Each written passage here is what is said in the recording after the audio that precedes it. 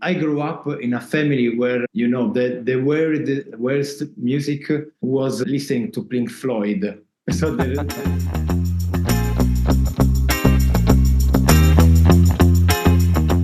We're back on the Indie Magazine podcast talking to Carlo Tuzza, an Italian composer for video games and film, currently based in Rome. He talks to us a lot about music, composition, working in entertainment, while also teaching at the university level. Really good one for those interested in composition and being a musician. And stick around after as we discuss some of the shows and movies we've been watching.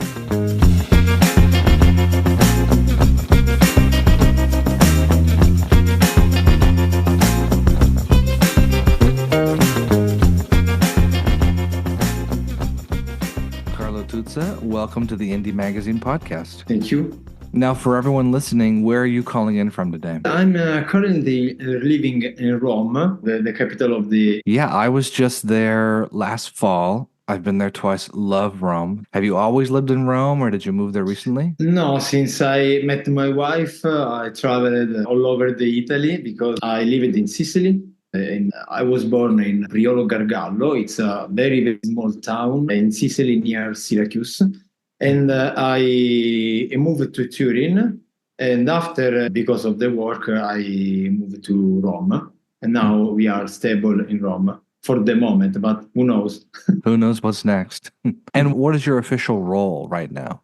I can say I'm a music composer and a sound designer, in particular for video games. But of course, I can score all media like advertising or movie as well. Yeah, and I teach sound design and audio post production 1 and 2 in a university here in Rome called the Link Campus University. Oh, nice. You're working in sound design and production for video games and, like you said, commercial otherwise, and you're also teaching in a university. It's one aspect of my life that I really enjoy. And I didn't know to enjoy this role of teaching sound design, audio post-production. What first got you started doing music, sound design, production, things like that? Yeah, it's a funny story because I can say music in general was something that I really loved since I think I was born. But my parents didn't understand this attitude to the music. And for example, I was the nerd of the class, but only in the music class, not in the math class or faith or other subjects. Unfortunately, growing up, I lost this attitude and I focused more on sport and other things like graphic or arts in general. Indeed, I did a lot of study in the Academy of Fine Art in Catania about graphic design. So I am a graphic designer too, but this is another story, and I'll switch to music composition. I understood that it wasn't the job that I would like to do for the rest of my life, and I would like to do in the first moment the guitarist of a band, in particular gothic or symphonic metal band. Oh, wow. Yeah, awesome. And I think I get very nerdy about the pedal boards and stuff like that. Indeed, I liked a lot Tom Morello. I don't know if you know this guitarist. Yeah. And I try to imitate with my guitar and my pedals what he was able to do. That's awesome. And after a while, I took a master course here in Rome, in particular inside the Conservatory of Music Santa Cecilia. It's very famous because even Ennio Morricone studied there. And it was amazing because since I didn't start my music career as a classical music composer, but I started as a self-taught musician. After several years, I took private lesson in famous school of music called the Performance School of Music in Turin. This is why I was in Turin.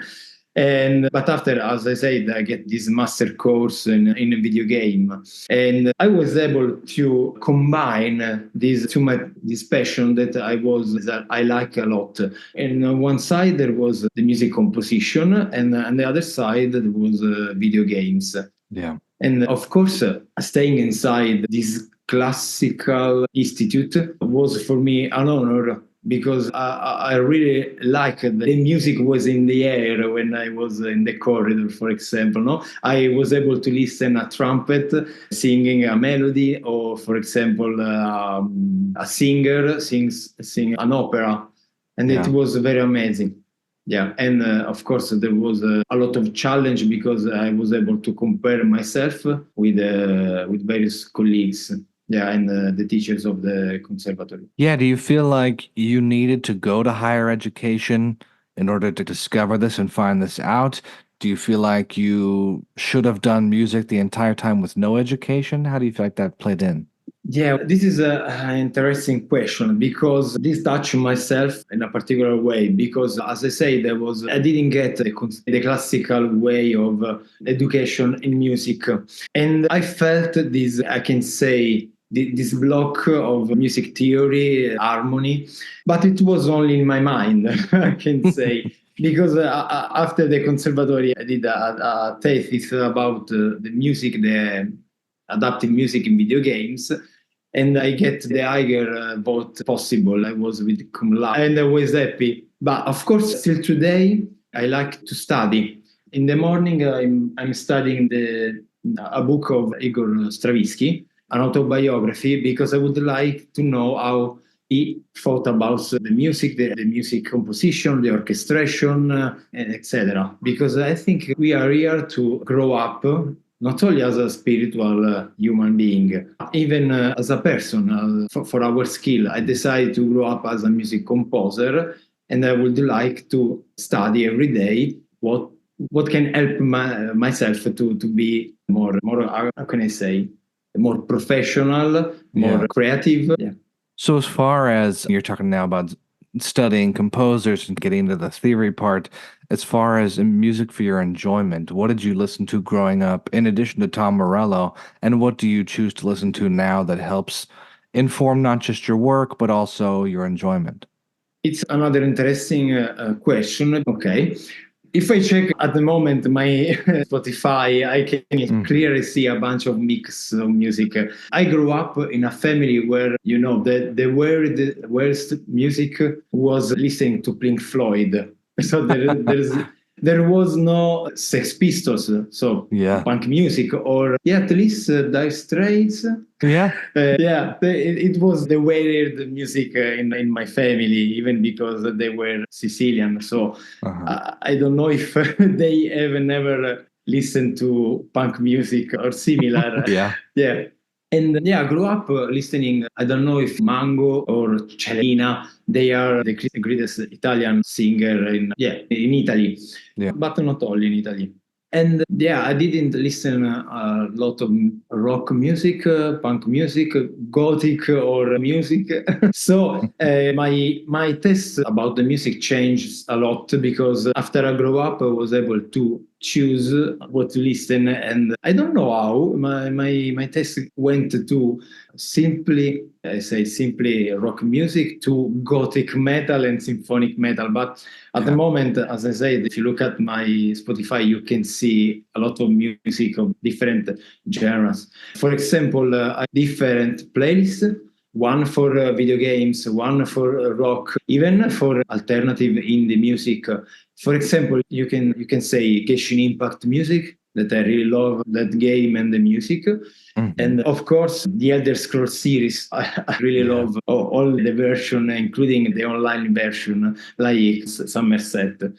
And at the moment, I discovered with Steam sales another great titles. It's called Nino Kuni 2, Reverend Kingdom. And if you like this kind of music, like Genshin Impact or Studio Ghibli, you should check because the music there is awesome. And of course, if we jump straight to the daily mix section, you can find a lot of different genres from, for example, city pop to punk music, funk music, and many more. That's great. And it sounds like you're saying you're drawing not from just other video games or things, you're drawing from all kinds of genres, which helps to inform and shape your music a little bit. I guess my next question is, how did you first get interested in the video game part of it? And what's your history with video games? Okay. Fortunately, since I was young, I had the possibility to play with the Commodore 64. I don't know if Wow, yeah. this. A little older than Nintendo, but yeah, all right. Yeah, and I found one of these. I can. It's not right to say console. I found this in my grandparents' house, and I love it because it was very simple. There was a cassette that you have to load the game, and I was fascinated with these underwater games, and the name was Scuba Kids. Mm-hmm. And so my interest for video games starts when I was very young. But I can say I wasn't a very an active listener of music. I was enjoying it in a passive way because I Yeah. was more an hardcore player. Yeah. And yeah, my parents give to me my first very console. It was the Sega Master System, and after PlayStation One, etc., etc. But I can say, of course, I wasn't a music composer that said I was fascinated by the music because the beat, Yeah. not for me, unfortunately. Yeah. But at the first time, I was in love with the 3D art of the games. So before I go and get into the music, I try to learn 3D art, and you can of Yeah. course imagine it. I learn 3D art not only for video game in general in Italy, and yeah, without an academic, an higher school education or institute that provide this kind of skill. I was able to buy some magazine, but it was very hard for me, even because at the moment all the tutorial was in English and I wasn't very good in English. And yeah, I quit. Oh boy. Yeah. Yeah. But after a while, when I moved for the first time in Rome to become, yeah, it sounds weird, but I was studying industrial design here in a famous university called the Sapienza in Rome, only for the 3D part because he was able to learn, yeah, the 3D art. But of course, I quit because there was a lot of maths and physics, and yeah, it wasn't for me. Yeah. At all. Yeah, and I go for the Academy Fine Art in Catania. And yeah, in Rome, when I moved for the first time, I was able to buy my first electric guitars because there was some of my colleagues that was very interested in the music. So I was able to take my first very lesson and I enjoy to play music. But the first time it was like not a joke, but I wasn't so serious about the music because I would like to take all advances of the music and without any effort. I would like to be a rock star without practicing the instrument. Yeah, it was Wouldn't that be very. Yeah, it's impossible. I understood very late, understand these things very late. But probably when I saw one of my friends playing the Elder Scrolls Morrowind, and I felt I felt in love with the main theme. It was composed by Jeremy Soule, and it became my I can say my god of music composition. Yeah. Yeah. And because I was mesmerized by captured sound from the orchestral music that he was able to compose, if I'm not wrong, with only MIDI in the first time. Wow. And yeah, and when it was possible to me to study music for video games, I saw the opportunity within the Conservatory of Music, as I said, and combine these two passions into one job. Yeah, it sounds like you had that passion already. You had tried a couple different avenues and came back to composition. And like you mentioned, the music and the sound behind video games don't really pop out until you pay more attention and realize what's happening or something really moves you. How has that changed for you now as a day-to-day video game composer? Do you find it easy to jump into something and to make a track, or do you find it still is work, but it's work you enjoy? I have a well-structured routine in my day, and I tried a lot of routine and productive tips and tricks Yeah. to call the day at the end. And yeah, first of all, you have to know that I have a son of 7 years old, so my work hours, yeah, must be careful schedule. And usually in the morning at 7 a.m., I wake up and I have a breakfast with my wife. And after we have, I can say my first coffee of the day because I took a lot of coffee during the day. The Italian coffee is the ristretto, and it's a very small. No, it's a very small of cappuccino. But it's very strong. After the coffee, as I said, because I have only this time for reading a book, and it took about 50 to 20 minutes. And most of the books that I read are related on music or video games music or video games music technique. And because I say I would like to grow up as a composer every day. There is this 1% that you can do every day. At the end of the day, it's not 1%, but 100% of, I don't know, the skill that they are going to growing up, for example, composition or study about the life of another composer. Yeah. And of course, after that, I will accompany my son with my wife to his school. And usually, always in the morning, I do some sport, usually jogging or gym. And I finish around 9 o'clock a.m. And after a quick shower, I jump straight to work. But before I have to I have to drink another coffee. Yeah, there you go. Yeah.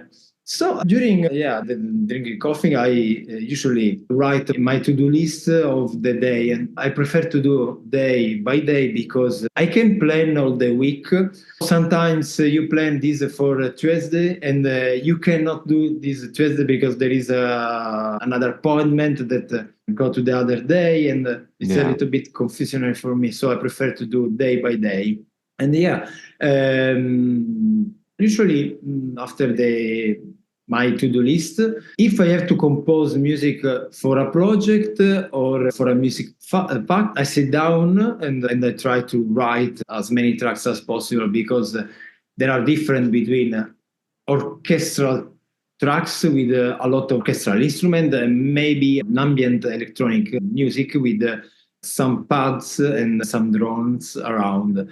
And usually I use technique is called the Pomodoro technique. I don't know if you use it, but where I deeply work for about 45 minutes. I tried for 1 hour on 1 hour and a half, but I really can't because I need to stand up from my desk and take a break for about 10 minutes is okay. And usually I have a snack or drink water, check my social. And at 1 p.m., I have a lunch, very soft lunch, nothing complicated. I would like to eat pizza every day, but it's impossible. Yeah. And of course, I go back to work, as I said, and it depends on what I have to do, because if I have to do this boring stuff like sending email, or send invoices, update social, or admin stuff. I prefer to do in the morning, where my creativity is less than the morning. Yeah. And at 6 p.m. I stop to compose or sending emails. And I take this time for practice piano because, as I said, I'm a guitarist.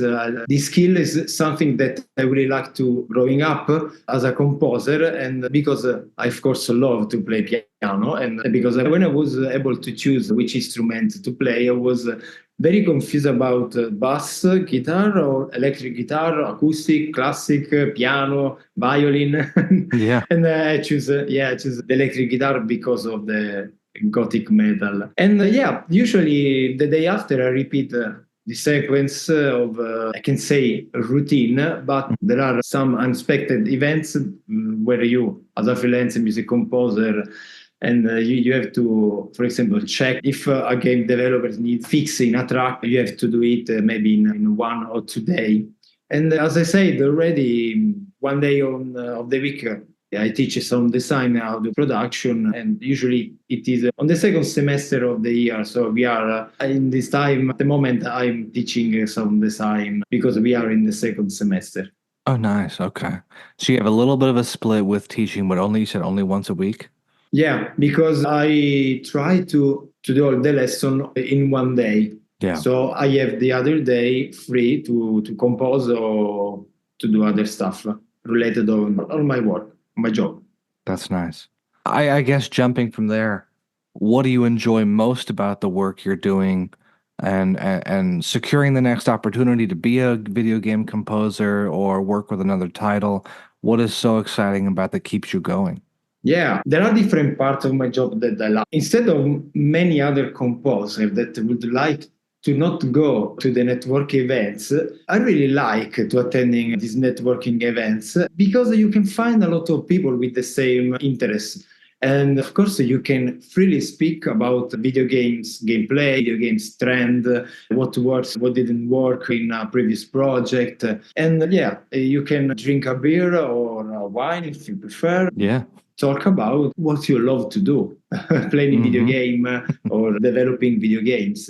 And another thing that I really like most is the brief session. The brief session is like the spotting session, but usually if you are a composer that is hired from the pre-production phase of the video games, you aren't able to see the video games. But if you are in the last part of the production phase, at the end, you probably can play the build or a build, and you can see animation, cutscene, because they are not always, but they can be very finished.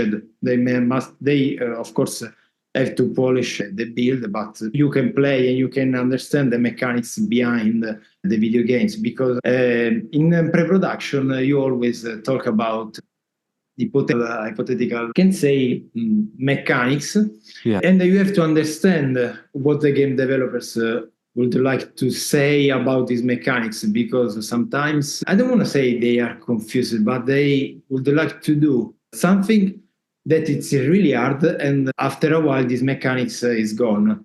And since the music in the video game is different from music of a movie, indeed this media for me is called non-linear. In my job, it's called non-linear music because it's not linear. For example, if I say a movie and I know at half movie, 50 minutes, an enemy is killed, every time that I watch a movie at 50 minutes, it will be killed by the protagonism, or we don't know.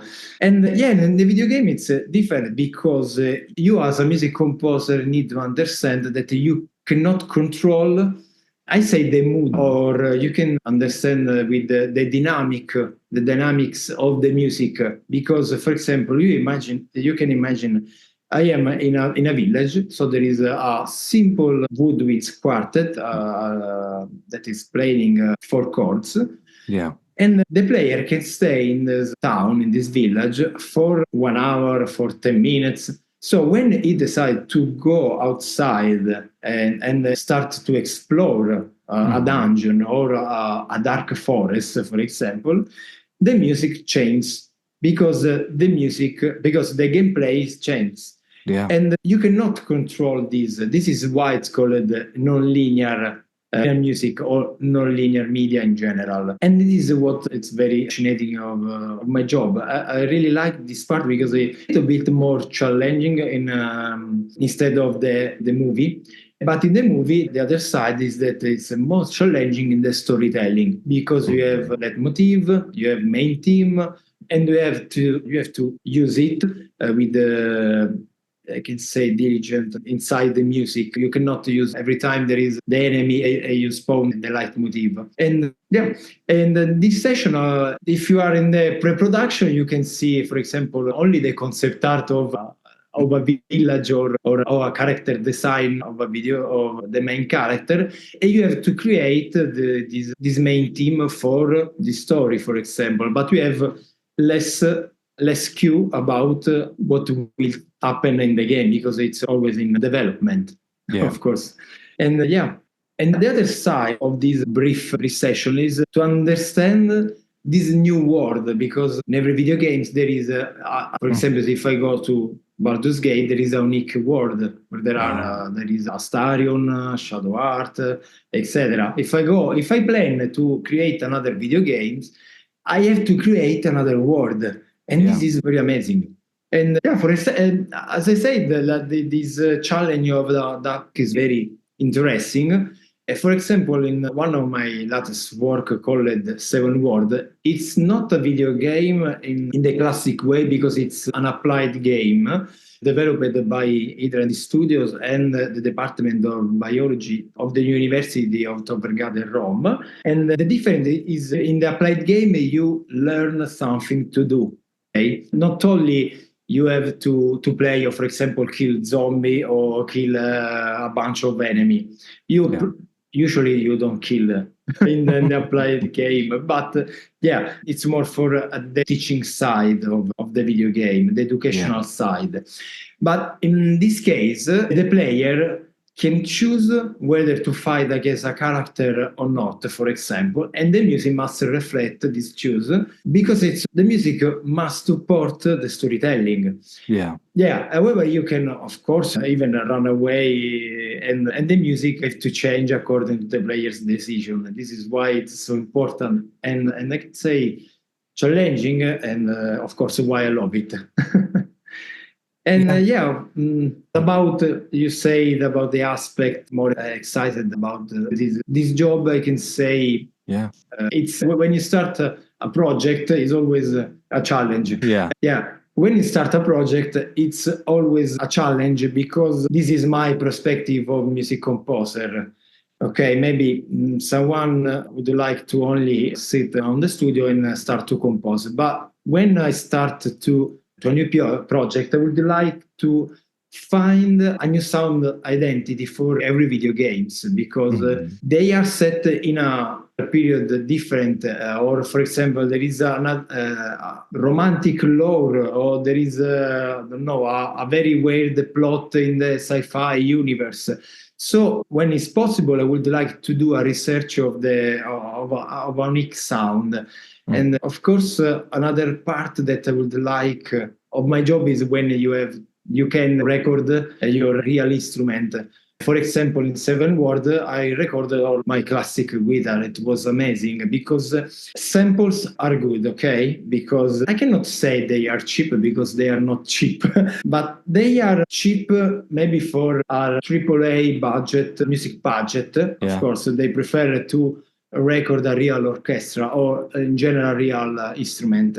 But when you can use samples, your human touch with a guitar, with a hand drum, even with a whistle, you create a warm track. And of course, it will enhance the project because you create a unique sound with your own recording. And about the securing the next opportunity is a jolly question. But of course, I don't want to say my technique because it's not my technique. What I do on the professional aspect, of course, is first of all respect the deadlines because if you have to be a nice guy to work with. You maybe know better than me. Personality. And And as I said, I did a lot of music studies, but I always say that I'm not an artist. And this is weird because I compose music, I'm a creative person, but I say I'm not an artist in this case because I'm not an artist in the classical term, but I'm more a craftsman. I say that because it's very simple. I'm not working on my album. I don't have my vision of my word or my album that will be respect my emotions through the music.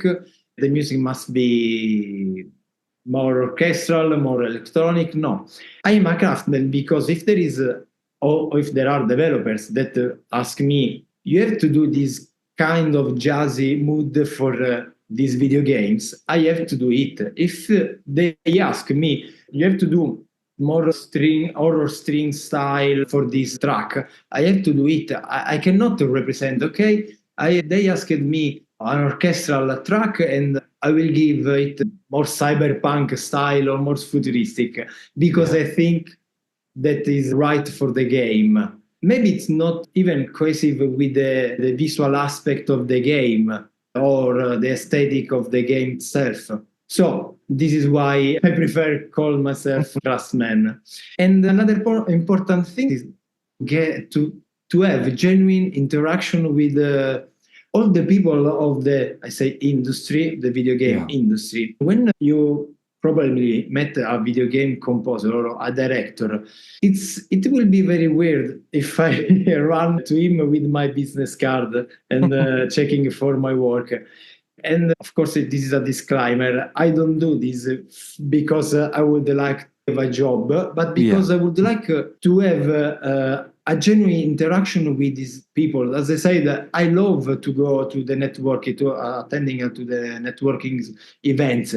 And I can say this example. Yeah, last 2 years, I met two guys. They are Giuliana Muto and Davide Diodati. They are co-founder of Bamboo Innovation Studio.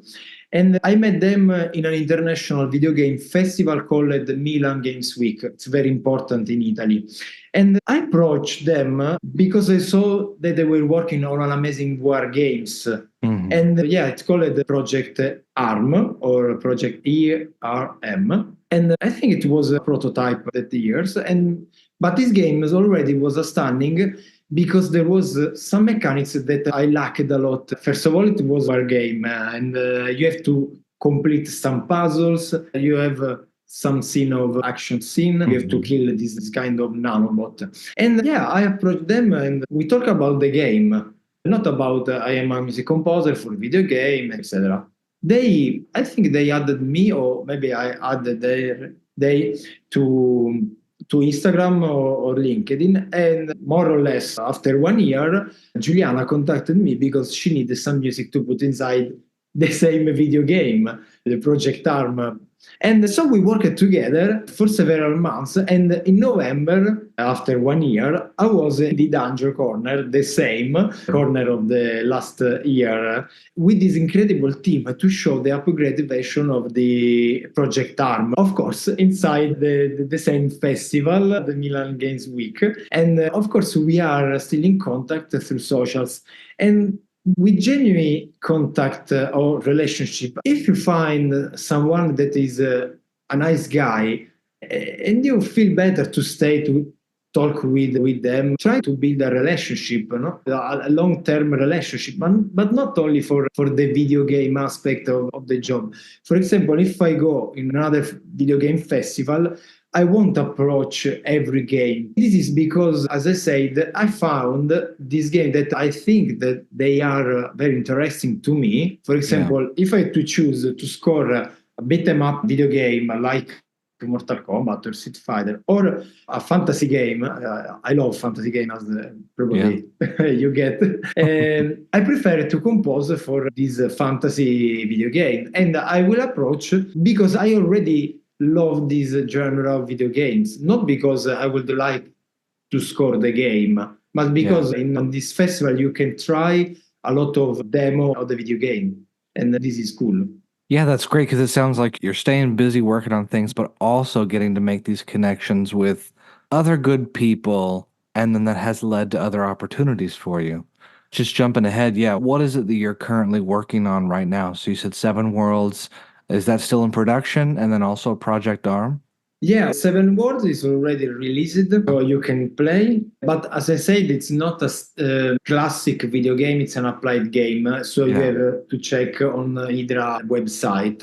And about Project Arms, the moment I'm done, and it should be released this year. But I'm not sure, I have to ask. And of course, you can find the demo in the Meta store for the moment, but there are no my music at the moment because it's the old demo. Yeah. I guess one more question. I know we have to go soon, but I was going to ask, what is it that you want to do in the next 5 years and next 10 years? Score a big fantasy game or move on to movies or something else down that road? What do you see yourself doing in 5 and 10 years?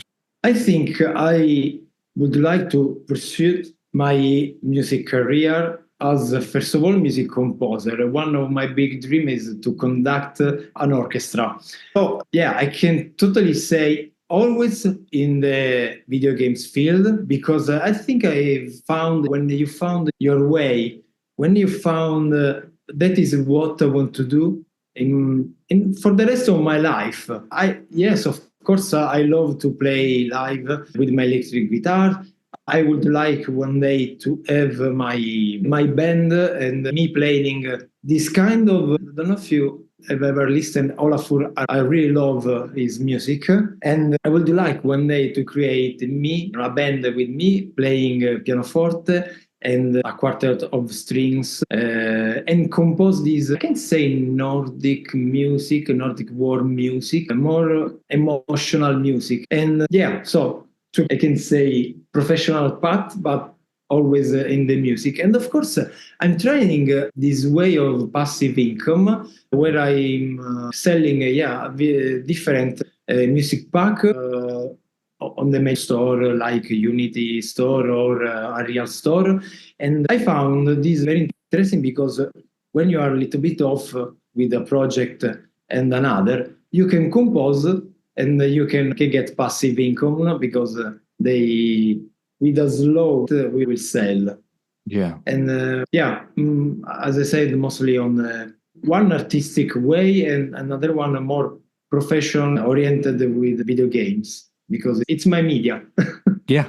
That's what you enjoy working in, which is great to see.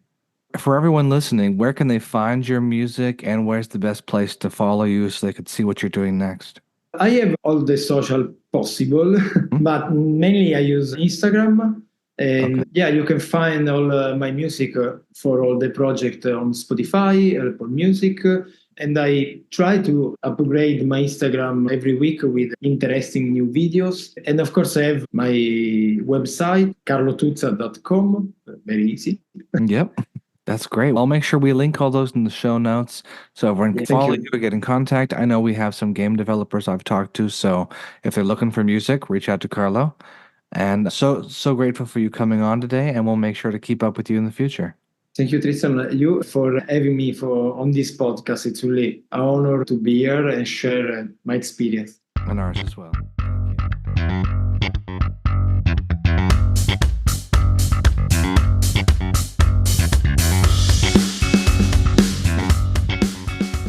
How was your birthday? Got everyone together, which was fun on Friday. That is cool. How was UFO hunting with your parents? It was good. I didn't see anything. I only was on the river. I only got more tan and more sun-bleached hair. 2 things you really needed this summer. Truly, that's all I ever need, really. Wow, man is quite simple.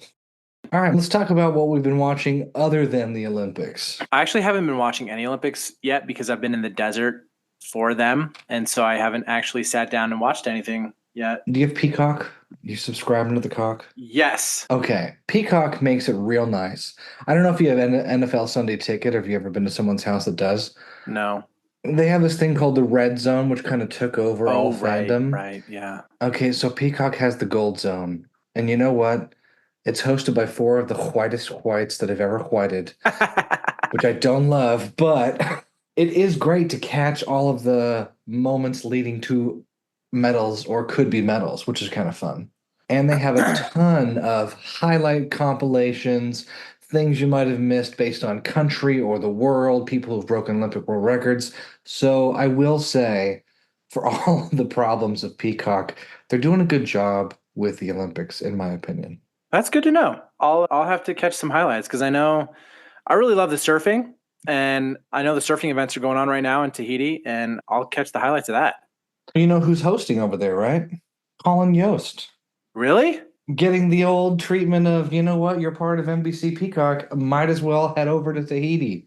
You do the SNL weekend update, so you might as well be an Olympics broadcaster. Might as well. The surfing's been fun to watch. I think the big surprise of the Olympics, at least for me, as well as many others, has been women's rugby sevens. I'm a fan of rugby. Oh, dude, yeah. I played a little growing up, like recreationally with friends and things like that. I had the video game, when it came out. Met the Samoan national team at one point in Vegas. Really a big fan of rugby. But women's rugby has kicked major ass. And the American women just won, which is kind of nice to see. So I hope it's going to be a moment. I'm like, this is our moment to be like, it's not just football and baseball and basketball. Yeah, go. I did see the clip on Twitter of the rugby girl lifting the other girl up to catch the ball by her shorts, which is what they do. And then Yeah. the girl was falling backwards and like did 3/4 of a backflip. And then she pulled her back like all the way back over to land on her feet. I was so impressed. It was one of the most athletic things I've ever seen. If anyone hasn't seen the clip, yeah, head to TikTok, Instagram, YouTube, and just look it up because it is, first off, amazing. I'm just thinking of lifting up my fellow teammate over my shoulder, just ass to the sky, and then bringing them back over my head. I'm just like torn rotator cuffs. These girls are not tiny. It was impressive. It was I would be really. broken. My favorite comment was the trust in those shorts, dot, dot. Salute. That is not a pair of Ross Adidas shorts for sure. No. Speaking of trusting your shorts, Twisters, did you see it in 4DX? I did not see it in 4DX, but I saw it on just a movie screen, I Okay. guess. I should have done better. I grew up, I don't know why, but I think I watched the Twister, the original in the 90s. I feel like I watched that one a lot growing up because it's just in my mind as this mono like piece of cinema, even though looking back at it now, I don't think that it was that good of a movie, but I've since realized that there was a lot of like VFX milestones and achievements that were done in that original Twister movie that kind of laid some of the groundwork for movies to come. And so when I saw that they were making Twisters with Glenn Powell and Daisy Edgar Jones, I was stoked. Glenn Powell is one of like the 2 or 3 Hollywood heartthrob types that I just want to hate, you know? He's kind of got this smug look on his face. He just kind of seems, a little smarmy, but he's so cool. I can't do it. I can't hate him. He was in Hitman, he was in Top Gun Maverick, and then he's in this. He's in Twisters, and I'm just like, damn, I wish that I could hate him, but I can't. He's a really fun character. He's a fun actor, and he plays fun characters. And then Daisy Edgar Jones was in Normal People, which just a sufferfest of a show, not because it's bad, but because boy, it is a heartbreaking sufferfest of a show. Yeah. Many tears were shed over that show. Yes, there were. So this movie, Twisters, it is not a direct sequel in any way. It just like exists in the same, world. I think in the development I think Helen Hunt was trying to get this greenlit for a long time and to like reprise her character from the original Twister movie, but none of the characters are carryovers from that original movie at all. This is entirely original, with the exception of Dorothy, who's the metal cylinder with all the little diodes that gets sucked up into the tornado. Like that does make a cameo appearance at the beginning. When in the first 10 minutes of this, I was, this is kind of cheesy. This is kind of hokey. Like she's supposed to be in her tornado and they forgot to put in the wind machine to blow her hair around in this scene. And so I was like, oh, but then it just kept getting better. Impressive. It's kind of its story, high level. It's about the story of this girl who undergoes a trauma and she has to come back to Oklahoma. She gets invited back to Oklahoma for this for this tornado outbreak week in her hometown. And it's about her kind of having to deal with her trauma that she suffered, she experiences in the first, 15 minutes of the movie. And it's a very good emotional arc of a movie. I think we exist in a world where because of Marvel's influence, movies have a hard time like leaning into their emotional beats without also winking at the camera or following up with a joke 5 seconds later. Yeah. But they really let the emotion like breathe. Like they really leaned into it and were being earnest and honest about kind of the struggle that this girl's gone through. And they didn't follow it up with a wink and a nod and a joke at the camera, which I thought was really well done. Like I said, Glenn Powell, he kind of starts off as this cocky, overconfident cowboy tornado wrangler kind of guy. But then, over the course of the plot, you're like, oh, he is that guy, but he also he cares, he's sensitive. Like the relationship between him and Daisy Edgar Jones, you kind of expect it to be one thing just because of the way movies are, where it's like, oh, the man comes in and he fixes all the problems. And I mean, not to say that he doesn't fix some problems, but he also lets Daisy's character have the emotional beats without needing to take it away immediately. Yeah. And I was like, this is pretty emotionally mature storytelling that I really like. The effects were really great. The tornadoes were scary, but also really well done visually. And yeah, I had it was a good time. In the first 10 minutes, I was a little worried. I was like, oh, this is going to be just a little shitty movie. But the longer it went on, I was like, this is actually really good. I'm enjoying this. That's so good to hear. I've heard a lot of people that I know who love it. I have not seen it yet. It's on my list to go see. Maybe by the time this episode comes out, I will have. Here's my thing. I just dug into all the history and the who's who of this movie, and I got Mm-hmm. super excited. So the first one, of course, was Steven Spielberg executive produced, or just produced, I guess, Steven and Kathleen Kennedy. It was written by Michael Crichton as a screenplay first. It wasn't like his book. And then there's like a wonderful story that's been going around where Steven Spielberg flew his private jet out to set, put the ramp down, but never touched his feet to the ground in Oklahoma or wherever, and screamed at the director, Jean Lebon, saying how much he was ruining the first movie because he like pissed off the whole cast. They all walked off set. And Spielberg was like, flew, didn't even step on the actual tarmac, screamed at this man, got back in the plane, flew back, and then it became a huge hit. I mean, I remember my parents had this VHS and they loved it.